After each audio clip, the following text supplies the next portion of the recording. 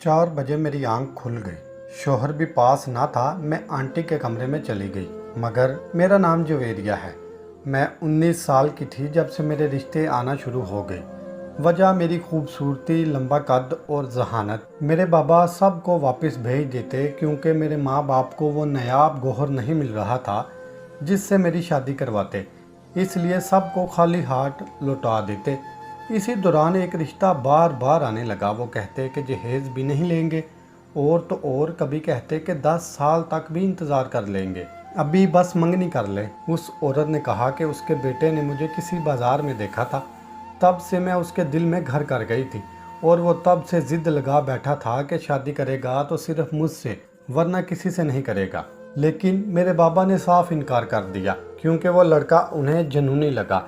इस बात पर मैं भी खुश थी क्योंकि वो इंसान मुझे भी ज़ाती तौर पर पसंद नहीं था। मैं इस बात का खुलकर इजहार नहीं कर सकती थी, लेकिन शायद मेरे बाबा ने मेरे दिल पढ़ लिया था। इस वाक़ये को कुछ अरसा बीत गया था और ये बात पुरानी हो गई थी, लेकिन मुझे अभी ये महसूस होता कि मेरी तमाम हरकतों पर कोई नज़र रखे हुए है। मैं पढ़ाई में बहुत अच्छी थी। यूनिवर्सिटी में तमाम उस्ताज़ा और तलबा मेरे बनाए नोट्स देखकर हैरान रह जाते थे।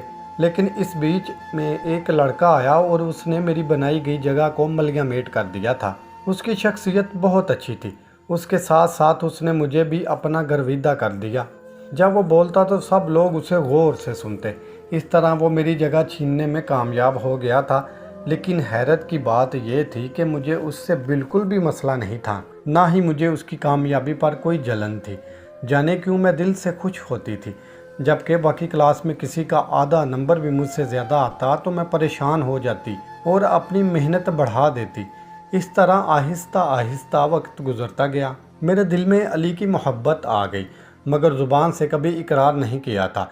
मेरे दिल में उसके लिए हज़ारों जज्बात थे जिन्हें शायद वो भी महसूस कर सकता था। फिर एक दिन हमें एक साथ काम करने का मौका मिला और हमारी गुफ्तगू हुई। फिर ये सिलसिला चल निकला और हम एक दूसरे के करीब आते गए। जो मोहब्बत पहले मेरे दिल में थी अब अली के दिल में भी थी। बाबा ने मेरी शादी का अंदिया सुना दिया और रिश्ता देखने लगे। इससे पहले कि वो किसी से बात करते मैं उनके पास गई और अपनी पसंदीदगी का इजहार किया। पहले तो वो खामोश रहे, फिर मुस्कुराकर मेरी पसंद से मिलने की बात की। उनसे पहली बार मिलने आया था। बाबा उसकी पस मंज़र और गहरी छाप वाली शख्सियत से बहुत मुतासिर हुए थे और उसे अपने वालिदैन को लाने का कहा। यहाँ पर हम दोनों को हमारी मंजिल नज़र आ रही थी, लेकिन हम जो सोच रहे थे उसके उलट हुआ। अली की अम्मी अपनी बहन को हाँ कर चुकी थी और अब वो पीछे हटने को तैयार नहीं थी। यहाँ पर मेरे बाबा भी 2-4 मरतबा अली के वालिदैन के बारे में पूछ चुके थे, लेकिन साइमा आंटी अपनी बात से 1 इंच भी पीछे हटने को तैयार नहीं थी। ताहम अली के बाबा ने भी उन्हें बहुत समझाया। जैसे तैसे करके उसने अपनी माँ को राज़ी कर लिया। फिर वो हमारे घर रिश्ता ले आए। आंटी का रवैया थोड़ा सा अजीब था, लेकिन फिर भी मैं खुश थी। अली ने मेरी बात का पास रखा और अपने वालिदैन को ले आया। कुछ दिनों से यही सोच रही थी कि अगर वो इनकार कर गया तो मैं बाबा को क्या मुंह दिखाऊंगी। चंद ही दिनों में सब कुछ ठीक हो गया। फिर हमारी शादी की तारीख रखी गई। उन्हीं दिनों मुझे अली कुछ परेशान सा लगने लगा। मेरे बहुत इसरार पर उसने बताया कि आंटी को किसी ने कहा है कि उनके बेटे की शादी जिस लड़की से होने जा रही है वो उनके ख़ानदान के लिए अच्छी साबित नहीं होगी। फिर 2 दिन बाद अली के वालिद की फैक्ट्री के एक हिस्से में आग लग गई। नुकसान ज़्यादा नहीं हुआ था, लेकिन आंटी को यकीन आ गया था कि मैं उनके ख़ानदान के लिए ठीक नहीं होंगी। शादी के दिन करीब थे, इसलिए अंकल ने सख्ती से कोई भी बदमज़गी फैलाने से मना कर दिया। इस बात के बाद भी अली परेशान रहा और मुझे भी वो कोई बात नहीं बता रहा था। हमारी शादी खैर आफियत से हो गई। शादी के बाद हम घूमने के लिए मगरबी इलाकों की तरफ चले गए। 1 हफ्ते के बाद जब वापस आए तो हम दोनों के चेहरों पर खुशी वाज़ेह दिखाई दे रही थी। उसके बाद मैं अचानक बीमार पड़ गई कि खुद उठकर बैठ भी नहीं पा रही थी। अपनी बीमारी के दिनों में मैंने 2-3 दिन ये महसूस किया कि आधी रात को जब भी मेरी आंख खुलती तो अली अपने कमरे से बाहर रहता। जब वो आता तो उसकी हालत बहुत ख़राब होती थी, जैसे उसे सारी रात किसी ने मारा हो। जिस तरह एकदम से बीमार पड़ गई थी वैसे ही ठीक होने लगी। मुझे अली के शब व रोज़ के औकात में परेशान और अजीब सा लग रहा था। एक दिन मैंने उसके सामने सोने का ड्रामा किया। अली बिस्तर से उठा, मेरे सोने का इत्मीनान किया, फिर बाहर चल दिया। मैं भी दबे पाँव उसके पीछे चल गई। मैंने देखा कि वो किचन में गया। मुझे लगा कि वो शायद कुछ खाना खाने आया है, लेकिन फिर ख्याल आया कि अगर कुछ खाना आता है तो सारी रात कमरे से गायब क्यों रहता है। मैं ये देखकर हैरत ज़दा हो गई कि उसने काली मिर्चें ली और छुरी लेकर छत पर चला गया। मैं फ़ौरन दीवार की ओट में छुप गई और फिर छत की तरफ चल दी। मैं अली के पीछे जाना चाहती थी, लेकिन मेरा पाँव किसी चीज़ से अटका और नाखून टूट गया। दर्द की शिद्दत लिए मैं कमरे में वापस चली गई, लेकिन मेरे जहन में शक बैठ चुका था कि आखिर अली ऐसी पुरइसरार हरकतें क्यों कर रहा है।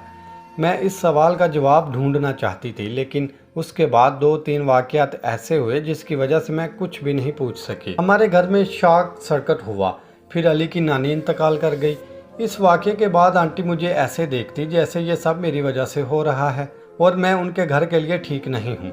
मेरे आते ही मुसीबतों ने घर कर लिया। उनकी ऐसी बातों से मुझे बहुत बुरा लगता, लेकिन अली ने मुझे बहुत हौसला दिया। एक रात अचानक मेरी 4 बजे के करीब आंख खुली। अली बिस्तर पर नहीं थे। मैं कमरे से बाहर गई तो मुझे महसूस हुआ कि अली छत पर हैं। मैं भी छत पर गई। मेरी हरकत की कोई इंतहा न रही जब अली मुझे छत पर बेहोश नजर आए। मैंने जल्दी से गर्म कपड़ा ऊपर डाला और फिर सहारा देती उन्हें कमरे में ले आई, लेकिन मैंने छत पर एक गोल दायरा देखा था जिसमें काली मिर्चें थी और साथ ही छुरी पड़ी थी। यूं सिलसिला यही चलता रहा।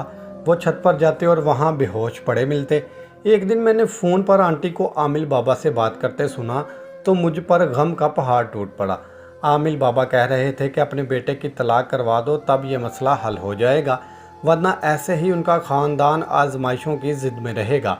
मैं तो हैरान रह गई थी। मुझे मालूम था कि वो मुझे पसंद नहीं करती, लेकिन वो जादू की हद तक जा सकती हैं, ये मैंने नहीं सोचा था।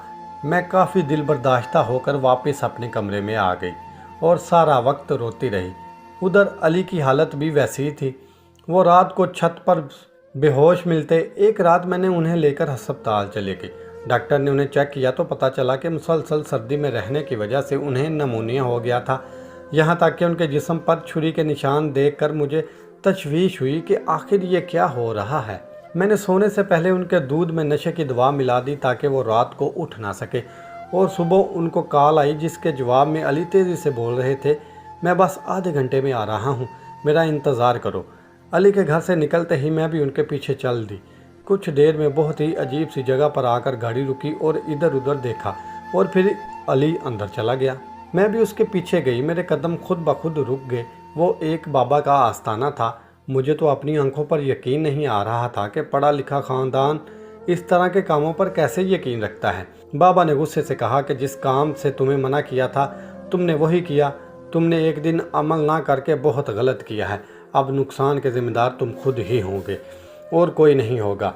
अली ने कहा, बाबा जी कोई हल बता दें, मैं उसे खोना नहीं चाहता, वो मेरे लिए बहुत लाजमी है, मेहरबानी करके कोई हल बता दें। मेरे दिल में तशवीश आई कि ऐसा कौन है जिसके लिए अली इतनी इल्तिजाएं कर रहा है। अली के मुसलसल दरख्वास्त के बाद बाबा ने अमल बताया कि उसे सुनकर मेरे पसीने छूट गए। बाबा कह रहे थे कि वही अमल 5 बार दोहराना है, लेकिन आज 2 की बजाय 5 छुरी के कट लगाने हैं। इस अमल की बातें सुनकर अली बाहर आने लगे, लेकिन मैं उनसे पहले ही घर वापस लौट गई ताकि उन्हें शक ना हो। इस सारे मरहले के दौरान मुझे शक हुआ कि इस बाबा की आवाज़ और शक्ल जानी पहचानी सी लग रही थी। मैंने शायद उसे देखा था, लेकिन उस वक्त परेशानी में मुझे कुछ समझ नहीं लग रही थी। फिर मैं रात होने का इंतज़ार करने लगी। आज भी अली मेरे पास से उठा। मैं पीछे गई तो उसने अमल शुरू कर दिया, लेकिन ये सब देखना मेरे बस में नहीं था। मैं फ़ौरन छुरी उसके हाथ से छीनकर ज़मीन पर फेंक दी। वो मुझे अपने सामने देखकर हैरान हो गया और मुझे नीचे जाने को कहा। वो बहुत परेशान लग रहा था। मैंने उससे पूछा कि अली आखिर क्या हुआ, मुझे तो बताओ, तुम ऐसा क्यों कर रहे हो? क्या तुम खुद को कुछ करना चाहते हो? मैंने बहुत कुछ कहा, लेकिन वो किसी भी तासुर के बगैर वहाँ खड़ा रहा। फिर मैंने उससे कहा कि मुझे मालूम है कि तुम और आंटी मुझसे पीछा छुड़वाना चाहते हो, इसलिए बाबा के चक्करों में पड़ गए हो ताकि मैं मर जाऊं। अब तो मैं तुम्हारी ख्वाहिश पूरी कर देती हूं और तुम्हें छोड़कर चले जाऊंगी। अली ने मेरी तरफ देखा और कहना शुरू किया कि जुवेरिया, तुम मुझे गलत समझ रही हो, मुझे तुमसे बहुत मोहब्बत है, मैं तुम्हें खोना नहीं चाहता। और फिर उसने बताया कि हमारी शादी से कुछ दिन पहले اسے کاغذ پر لکھا ہوا ملا کہ اپنی بیوی کی زندگی چاہتے ہو تو اس عامل بابا سے رابطہ کرو، اور رابطہ کرنے کے بعد مجھے بابا نے کہا کہ تم جس سے شادی کرنے جا رہے ہو وہ لڑکی مر جائے گی، اس لیے تم شادی مت کرو۔ میں نے اس کی بات پر یقین نہیں کیا، لیکن وہ عامل بابا تمہارے بارے میں سب کچھ جانتا تھا۔ اس نے کہا اگر بیوی کی زندگی چاہتے ہو تو شادی کی پہلی رات سے اگلے 2 سال تک کالی مرچوں کا یہ عمل کرنا ہے اور اپنے جسم کو چھری سے تکلیف دینی ہے۔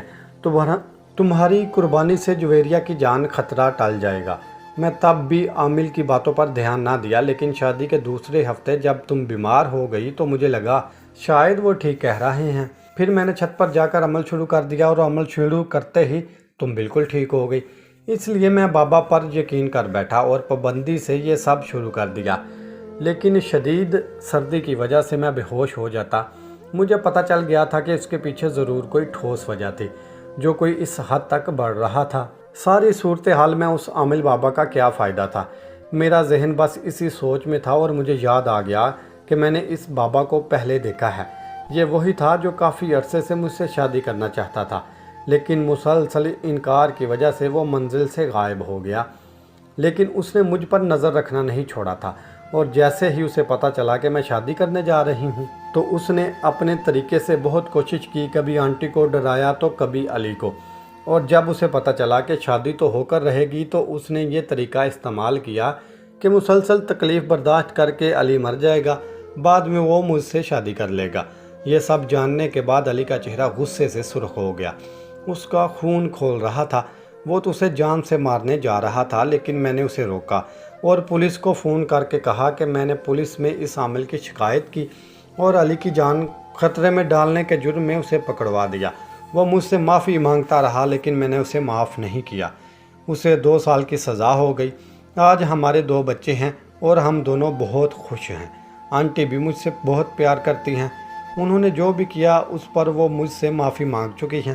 اب ہم لوگ ایک خوشحال خاندان ہیں۔